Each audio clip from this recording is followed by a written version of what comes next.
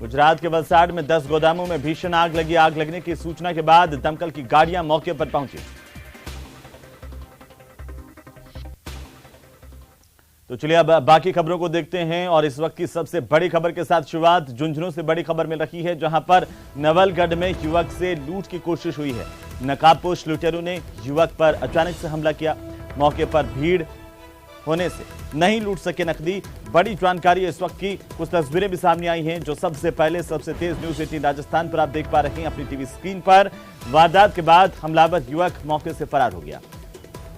बड़ी जानकारी इस वक्त की झुंझुनू से बड़ी खबर है, जहां पर सूचना के बाद अब नवलगढ़ थाना पुलिस मौके पर पहुंची है और इस पूरे प्रकरण की जानकारी पुलिस की ओर से ली गई है। सीसीटीवी कैमरे में ये वारदात कैद हुई है, उसकी तस्वीरें सबसे पहले सबसे तेज आपकी टीवी स्क्रीन पर न्यूज 18 राजस्थान पर आप देख पा रहे हैं।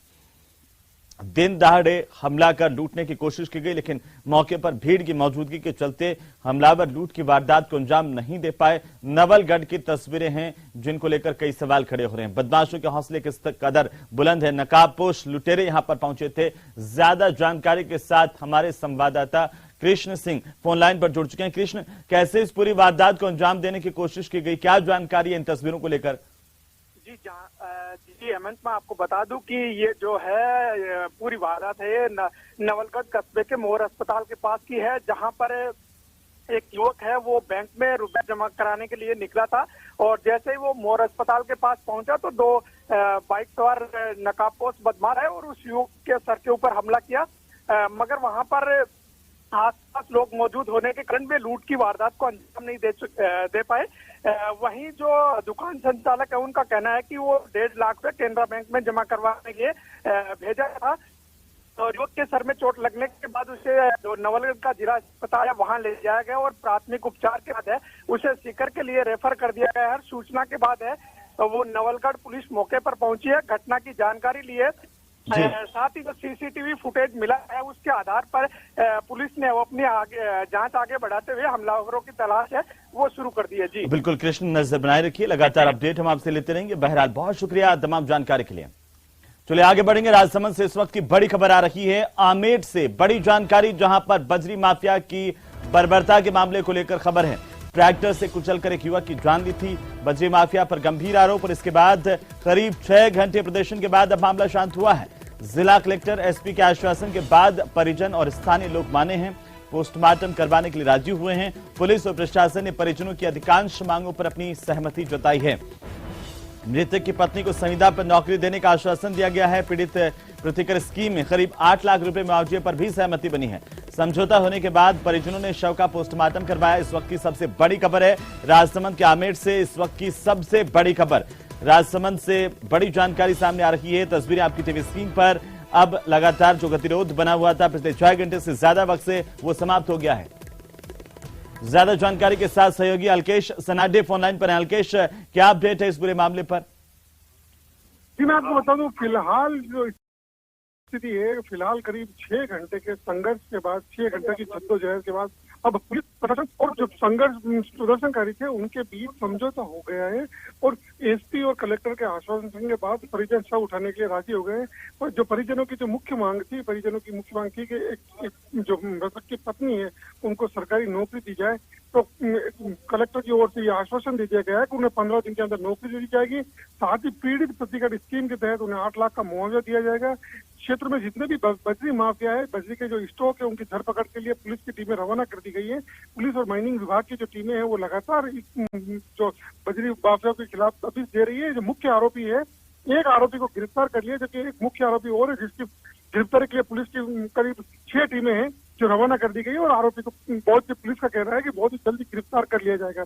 वहीं इस मामले में सबसे बड़ी बात ये सामने आई है कि पुलिस ने और परिजनों के बीच जब समझौता नहीं हुआ उसके पहले काफी देर तक गहमा गहमी और जो बिल्कुल अलकेश, नजर बनाए रखिए, बहुत शुक्रिया तमाम जानकारी के लिए।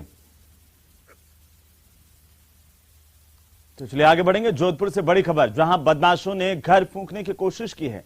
घर में ज्वलनशील पदार्थ फेंककर जलाने की कोशिश की गई और इस पूरी घटना का लाइव वीडियो सीसीटीवी में कैद हुआ है। वो तस्वीरें सामने आई है। इस वक्त की सबसे बड़ी खबर जोधपुर से इस वक्त की बड़ी खबर है, जहां पर कमला देवी के मकान को जलाने की कोशिश की गई।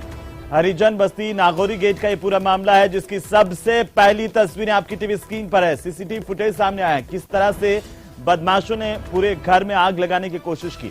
नागौरी गेट थाना पुलिस मामले की जांच कर रही है।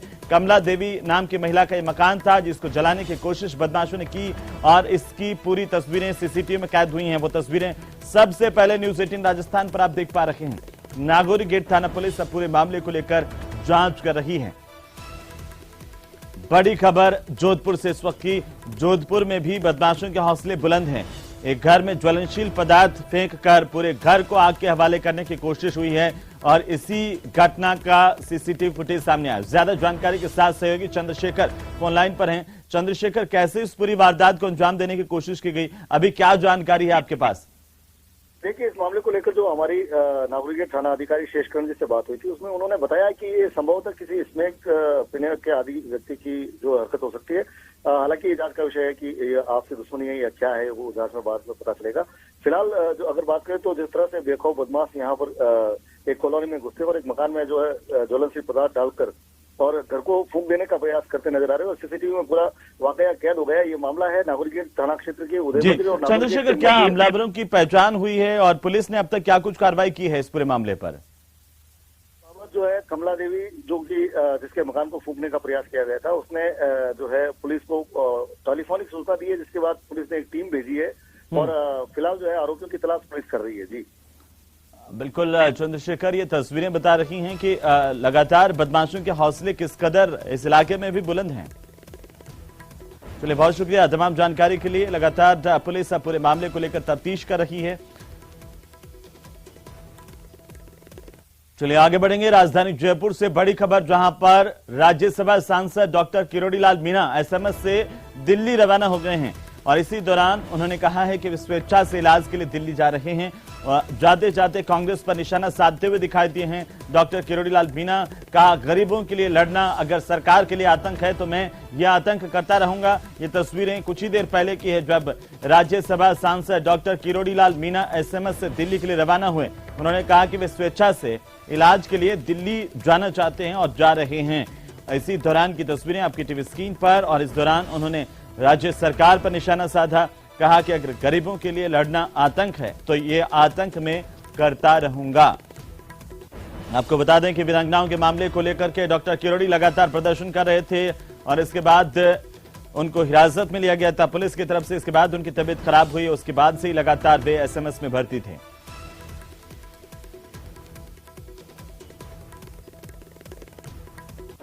मेरी तबीयत बिगड़ रही है, बायां हाथ बायां पैर की कमजोरी बढ़ती जा रही है, चक्कर बराबर बढ़ रहे हैं, घबराहट बहुत ज्यादा हो रहा है, मैं हालात मेरी बिगड़ सकती है, इसलिए मेरे को यहाँ से रेफर करो दिल्ली या किसी हायर सेंटर पर।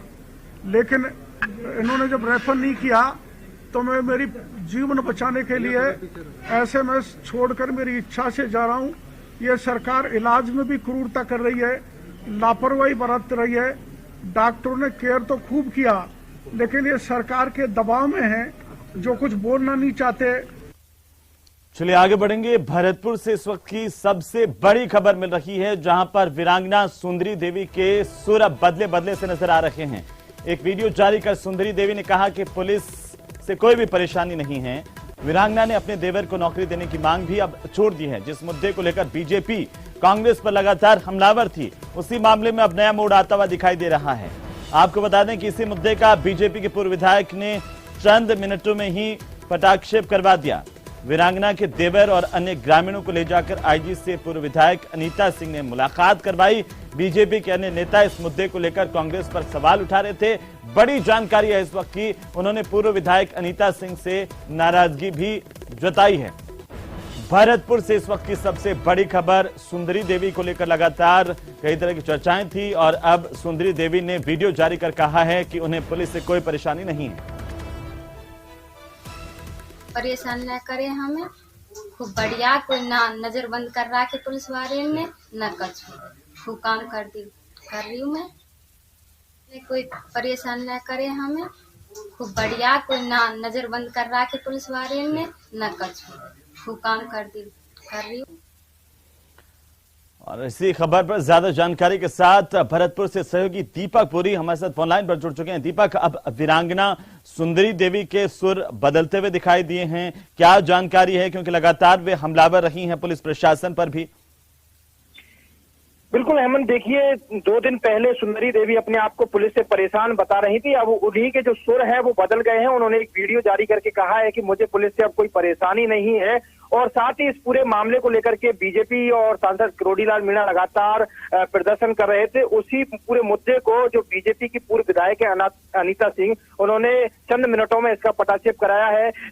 जो परिजन है वो उसके वीरांगना के, उनके साथ ग्रामीणों के साथ मिलकर पुलिस के अधिकारियों से मुलाकात की है और ज्ञापन सौंपा है, जिसमें जो नगर कॉलेज है उसका शहीद जीतराम के नामकरण करने की जो मांग है वो रखी है। साथ ही जो वीरांगना अपने देवर को नौकरी दिलाने की मांग कर रही थी, अब वो भी उन्होंने छोड़ दी है और सुर एकदम बिल्कुल बदल गए हैं और पुलिस से अपने आप को पूरी तरह से कंफर्टेबल बता रही है। पुलिस से कोई परेशानी उनको नहीं है, इस तरह का वीडियो उन्होंने जारी किया है। और अब लगातार बीजेपी के जो नेता है वो पूर्व विधायक से नाराज नजर आ रहे हैं, क्योंकि जिस मुद्दे को लेकर के लगातार बीजेपी के नेता और अन्य सांसद किरोड़ीलाल जो मीणा थे वो राज्य सरकार पर हमलावर हो रहे थे, उसका चंद मिनटों में पटाक्षेप हो गया है। यानी कि जो वीरांगना का वो परिवार है वो पूरी तरह से एकदम उसके सुर जो है वो बदल गए हैं। अब देखना ये है इस पूरे मामले में हेमंत की आगे बीजेपी इस पूरे मामले को लेकर दीपक, जो बीजेपी की तरफ से आरोप लगाए जा रहे थे कि वीरांगना को नजरबंद किया हुआ है, पुलिस प्रताड़ित कर रही है, और अब वीरांगना ने खुद वीडियो जारी कर कह दिया है कि पुलिस कोई परेशान उन्हें नहीं कर रही है, किसी तरह का नजरबंद नहीं किया गया है, वे काम कर रही हैं खुल करके और काफी खुश नजर आ रही हैं इस वीडियो में। देखिए 2 दिन पहले यही वीरांगना जो सुंदरी देवी है वो अपने आप को पुलिस से बड़े परेशान बता रही थी। उन्होंने कहा था कि मेरा अपने ही घर में एक तरह से दम घुट रहा है, चारों तरफ पुलिसकर्मियों का पहरा लगा हुआ है, और ऐसे में एक साथ इनके स्वर बदलना काफी चर्चा में है कि आखिर वीरांगना के सुर एक साथ कैसे बदले। इसको लेकर के बीजेपी नेताओं का कुछ कहना है कि पुलिस का दबाव भी हो सकता है, अन्य परेशानी भी, घर की जो है सामाजिक जो है बैठक की गई थी उसमें भी कोई निर्णय हो सकता है, इस तरह का जो कयास है वो लगाया जा रहा है। लेकिन वीरांगना जो है उसने वीडियो जारी करके साफ तौर पर कहा है कि पुलिस से उन्हें कोई भी परेशानी नहीं है, और लगातार बीजेपी का कहना था कि पुलिस ने उन्हें नजरबंद किया हुआ है। जो पूर्व विधायक है अनीता सिंह, वो परिवार के साथ वहां मिलने पहुंची थी पुलिस के जो अधिकारी उनसे, वो भी इस वीरांगना को देखने के लिए नगर अस्पताल में पहुंची थी, जहां उन्हें भी पुलिस के विरोध का सामना करना पड़ा था। उन्हें भी वीरांगना से मिलने नहीं दिया गया था जब पुलिस के बिल्कुल दीपक, शहीद जीतराम गुर्जर की वीरांगना सुंदरी देवी ने अब इस पूरे मामले को नया मोड़ दे दिया है और कहा है कि उन्हें किसी तरह से नजरबंद नहीं किया गया है। बहुत शुक्रिया तमाम जानकारी के लिए दीपक।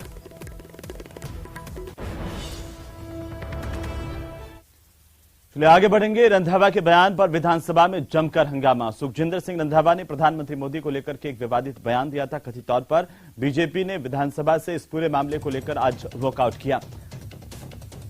जमकर सत्ता पक्ष और विपक्ष के बीच में इस पूरे मसले पर जमकर हंगामा हुआ, हंगामा देखने को मिला। जिस प्रकार की टिप्पणी कांग्रेस के प्रभारी रंधावा ने देश के प्रधानमंत्री जी के लिए की वो निंदनीय है। मैं और मेरा दल इसके विरुद्ध में बहिर्गमन करते हैं।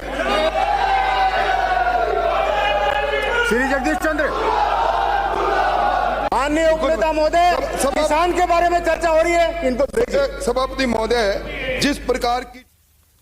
चलिए आगे बढ़ेंगे। झालावाड़ से बड़ी खबर, जहां पर पुलिस ट्रेनिंग स्कूल के जवान ने आत्महत्या कर ली है। बैरक में फंदे से शव लटका मिला। आपको बता दें कि आनंद फानंद में अस्पताल लेकर के लोग इस शव को पहुंचे और जांच के बाद डॉक्टर ने मृत घोषित कर दिया। राजसमंद जिले का रहने वाला जवान बताया जा रहा है। बहरहाल पुलिस पूरे मामले को लेकर जांच कर रही है।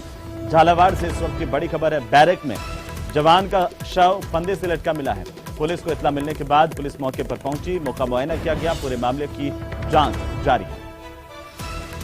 दरअसल पुलिस ट्रेनिंग स्कूल का यह पूरा मामला है, जहां जवान ड्यूटी पर था और अपने बैरक में फांसी लगा करके आत्महत्या कर ली। प्राथमिक तौर पर यह जानकारी सामने आई है।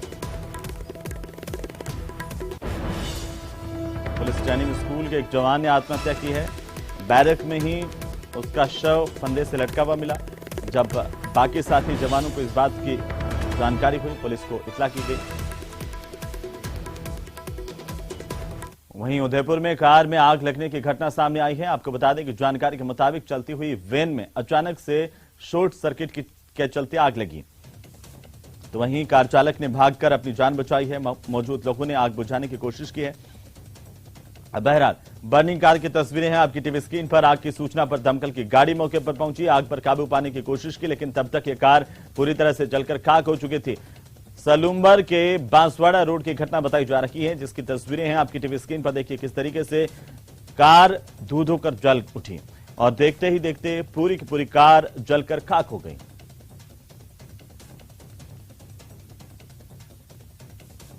जानकारी के मुताबिक शॉर्ट सर्किट के चलते इस कार में आग लगी थी।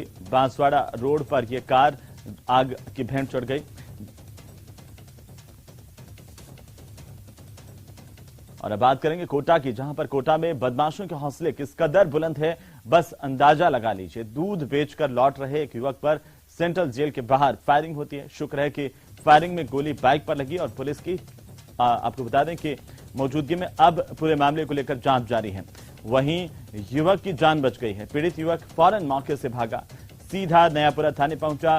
पूरे के पूरे घटनाक्रम से पुलिस वालों को अवगत करवाया। पीड़ित के मुताबिक कुछ दिन पहले एक शादी में उसकी कन्हैया गुर्जर और बाबू गुर्जर से झगड़ा हुआ था और मौका देखकर दोनों ने उस पर हमला किया। फिलहाल पुलिस पूरे मामले को लेकर जांच कर रही है। और बाबू गुर्जर गाड़ी चला रहा था, कन्हैया गुर्जर उतर के मेरी गाड़ी आगे गाड़ी लगा के मेरे ऊपर फायरिंग करी उसने। तो गोली कहाँ लगी? गोली मेरी गाड़ी के टंकी पे लगी, मेरे ऊपर फायरिंग करी पर मैं बच गया, इधर उधर हो गया।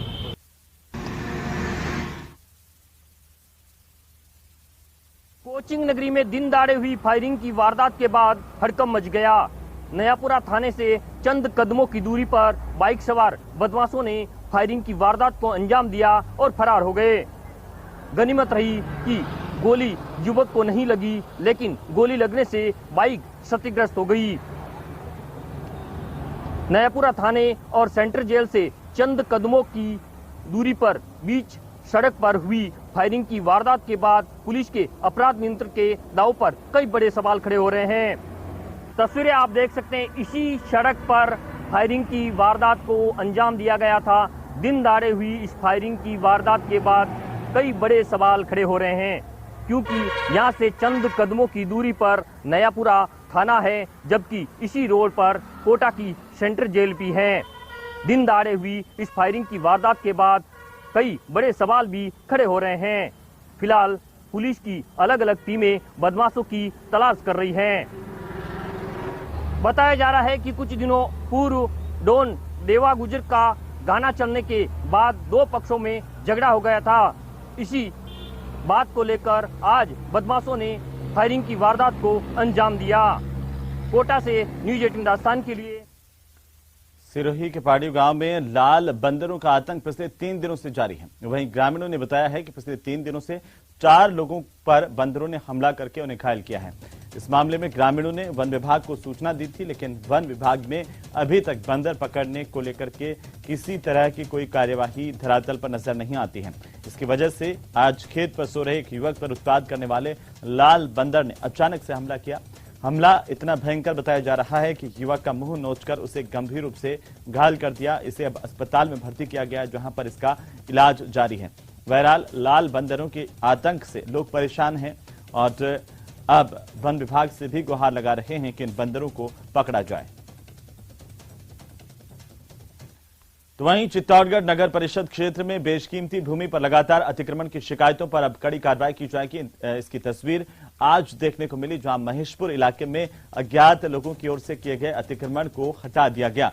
नगर परिषद के आयुक्त रविंद्र यादव को अतिक्रमण की जानकारी मिली, जिस पर मामले की जांच करने के बाद अतिक्रमण की पुष्टि होने पर अतिक्रमण निरोधक दस्ते को मौके पर भेजा गया, जहां पर इस दल ने जेसीबी के माध्यम से अतिक्रमण हटाकर भूमि को अतिक्रमण मुक्त करवाया है। रमेश शामला अतिरिक्त प्रशासनिक अधिकारी अतिक्रमण प्रभारी है और आयुक्त साहब से और सभापति महोदय से बराबर शिकायतें मिल रही थी अतिक्रमण करने की। उस शिकायत के कार्य करने के लिए यहाँ आए और अतिक्रमण द्वारा जो अतिक्रमण किया गया है तो अतिक्रमण। चलिए आगे बढ़ेंगे। अगली खबर सड़क पर पैंथर की। 12 जिले में वन्य जीवों का प्राकृतिक आवास शाहबाद एक बार फिर से वन्य जीवों को रास आने लगा है। इन दिनों शाहबाद के इलाके में लगातार पैंथर की साइटिंग हो रही है। शाहबाद के जंगलों को हाल ही में राज्य सरकार की ओर से लेपर्ड कंजर्वेशन क्षेत्र घोषित किया गया है। बीती रात को नेशनल हाईवे 27 से शाहबाद कस्बे को जाने वाली घाटी के रास्ते पर राहगीरों को पैंथर दिखाई दिया। करीब 4 से 5 मिनट तक पैंथर सड़क किनारे दीवार पर बैठा रहा। इसी के साथ ही इस बुलेटिन में फिलहाल इतना ही। आप देखते रहिए न्यूज़ 18 राजस्थान, जहां पर खबरों का सिलसिला लगातार जारी है।